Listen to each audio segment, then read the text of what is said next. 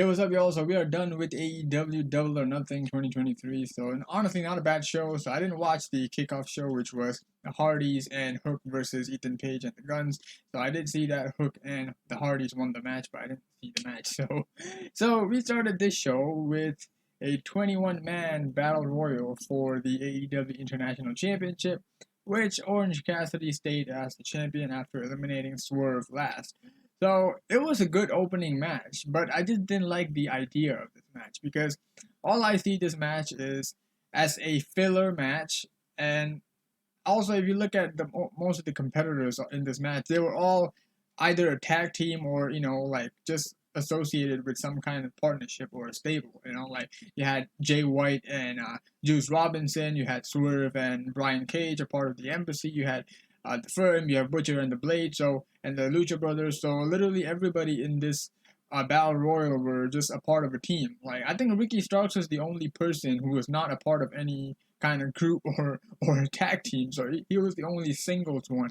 Everybody else was just part of a tag team or any kind of stable. So I just see this as a big filler match. But it was a good match, but it just didn't really seem that as a big match for AEW's like biggest show because it's supposed to be their biggest show, right?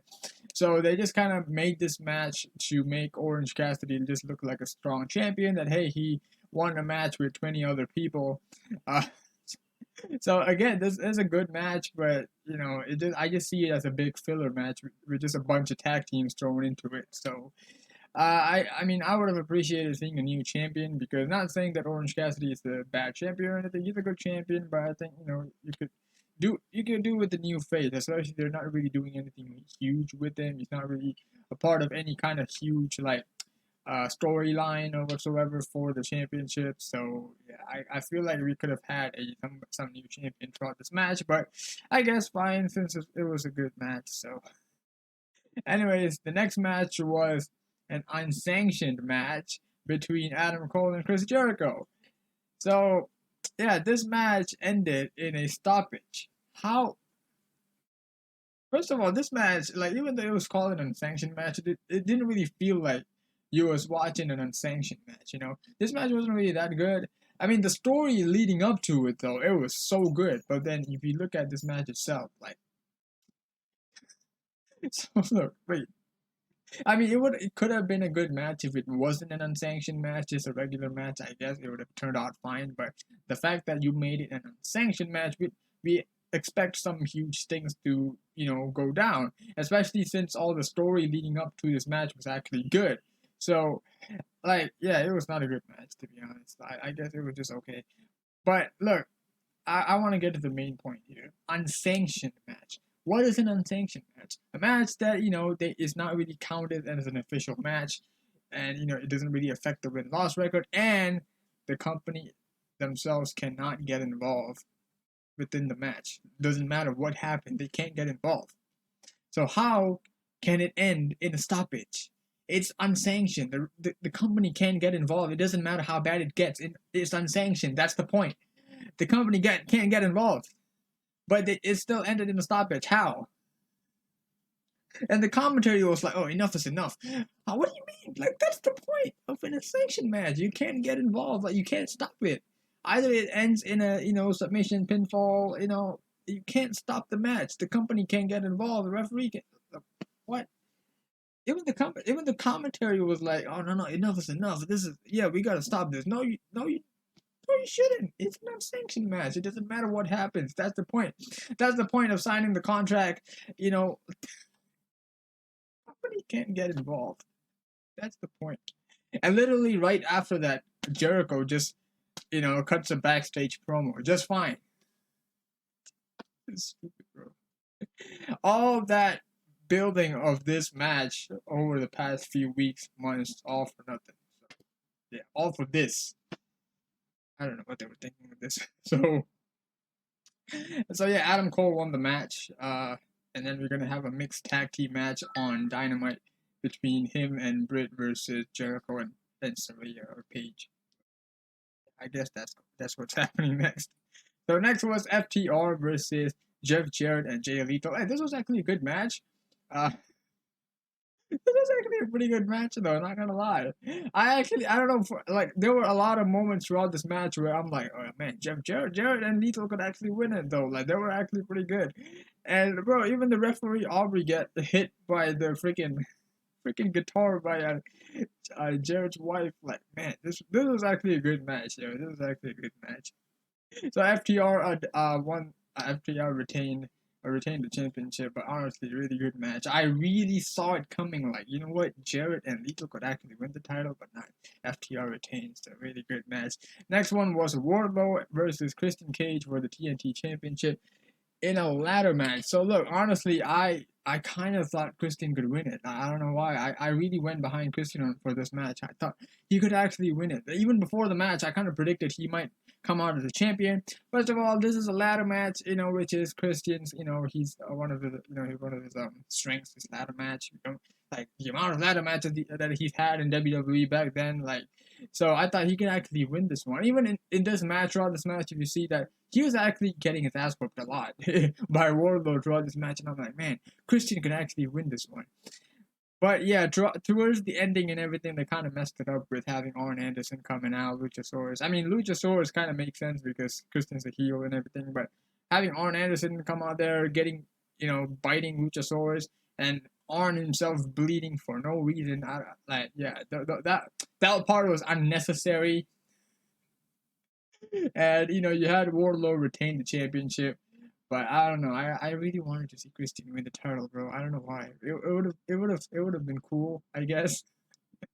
But yeah, that whole Arn Anderson thing coming out, biting Luchasaurus, and then himself bleeding, like, it was just so unnecessary. So, next match was Toni Storm versus Jamie Hayter. So, this, yeah, I don't have anything much to say about it because Jamie Hayter was injured, and then this match was like what 3 minutes, so I guess it's okay. I don't know. I ain't got much to say about it. It was okay. Uh, I really don't know what to say about this match, man. I had no comments watching that match at all. So Toni got her title back from Jamie Hayter, who she previously lost it to. I guess that's yeah. I don't know. So next was House of Black in an open house rules match, and then it was answered by the Acclaimed and Billy Gunn. This match felt more like a 3-on-2 match, mainly seeing that Billy Gunn didn't even enter this match at all. I only remember him coming into the match when the match ended. Like, did he even enter the match? Because I don't think he did at all. I think he only entered it like before the match ended. I think that was the only time he entered the match. And for the majority of the match, I feel like Anthony Bowens was the only one in the match. Max Caster, I mean, even he, I don't think he was in that match for that long. I mean, he was in it, but Billy Gunn, like, he was only in it for like at the end of the match. Only then he tagged in, so this felt more like a 3-on-2. So yeah, House of Black retained. So yeah, great.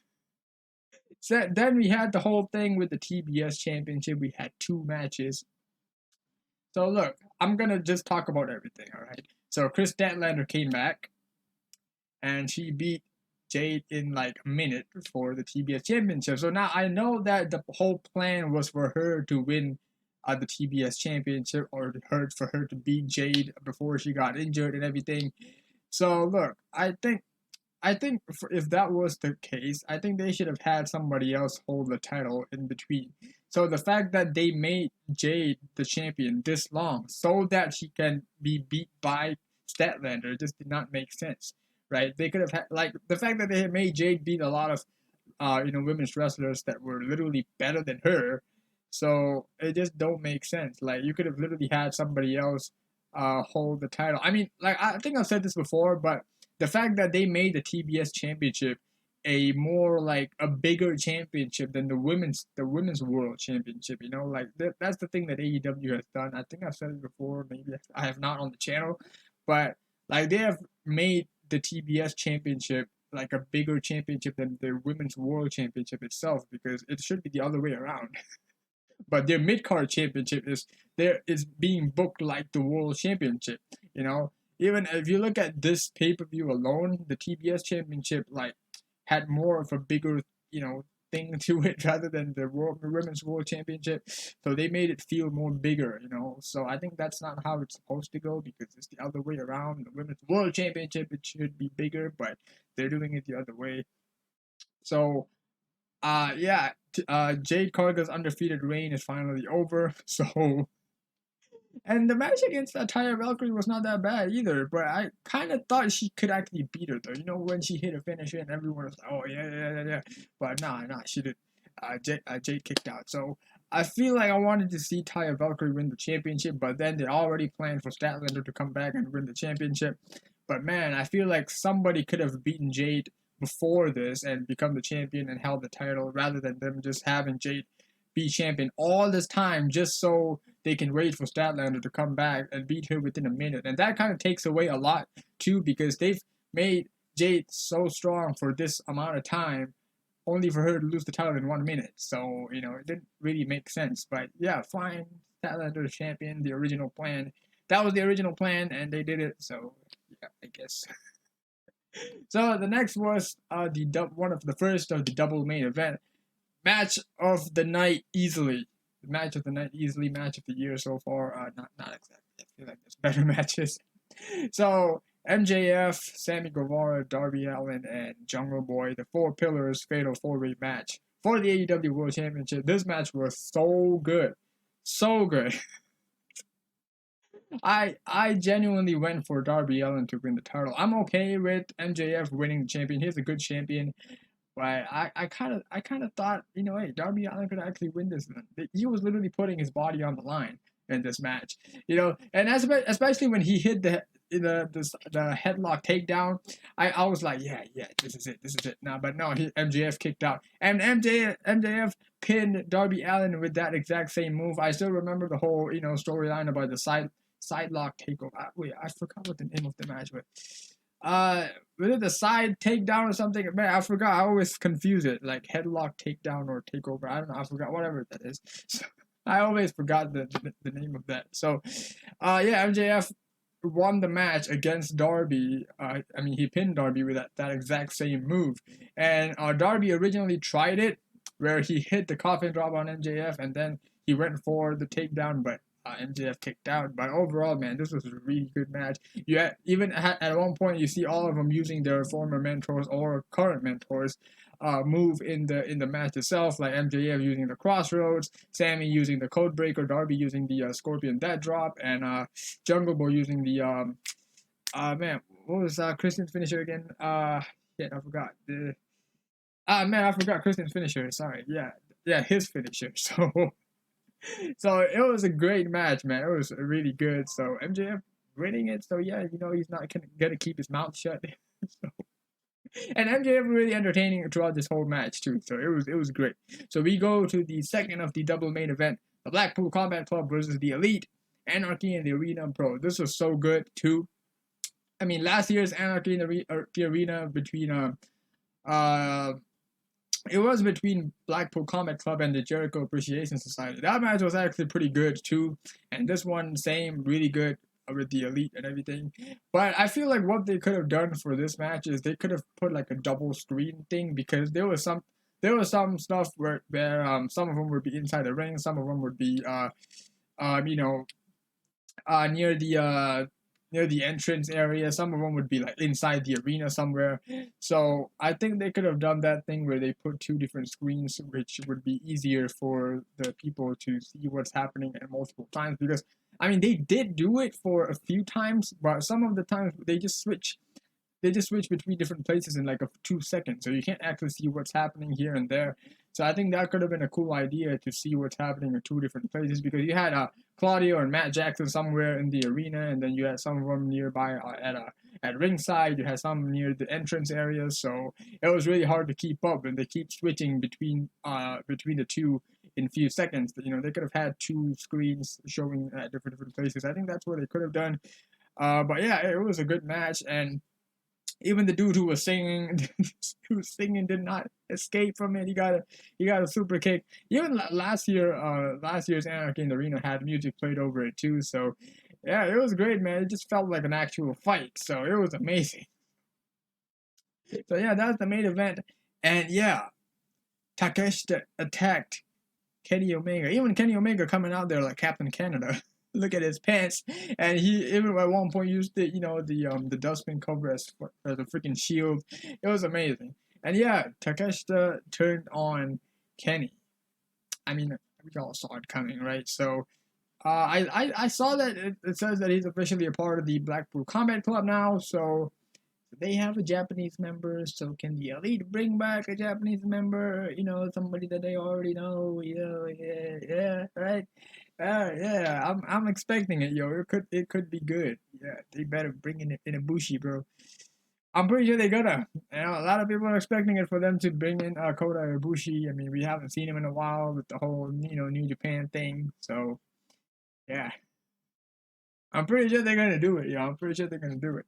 Because he's good friends with Kenny. You know, yeah, Golden Elite.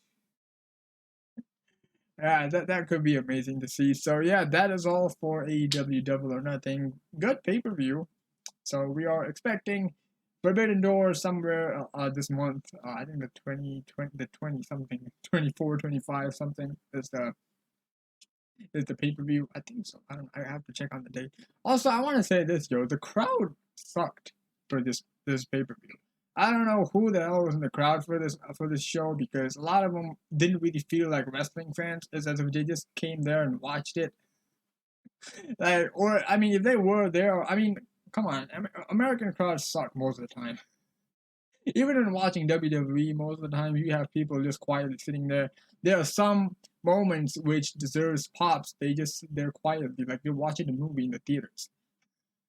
So yeah, the audience was terrible. They got to move out of Las Vegas, I think. So the crowd was definitely terrible. A lot of moments where like, I'm like, man, this people would have gone crazy if they were somewhere else, or like that was insane. But nobody pops or whatsoever.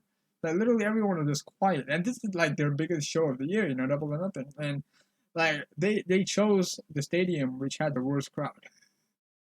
I mean, I know it's all like this is where they started and everything, but then like I feel like they could go somewhere else where they could get a better audience for their biggest show. So like it just yeah, the crowd was terrible. I mean, I think if the crowd was a better crowd, the show would have been immensely better. So I mean, who knows? Sometimes like maybe not getting enough pop could actually kind of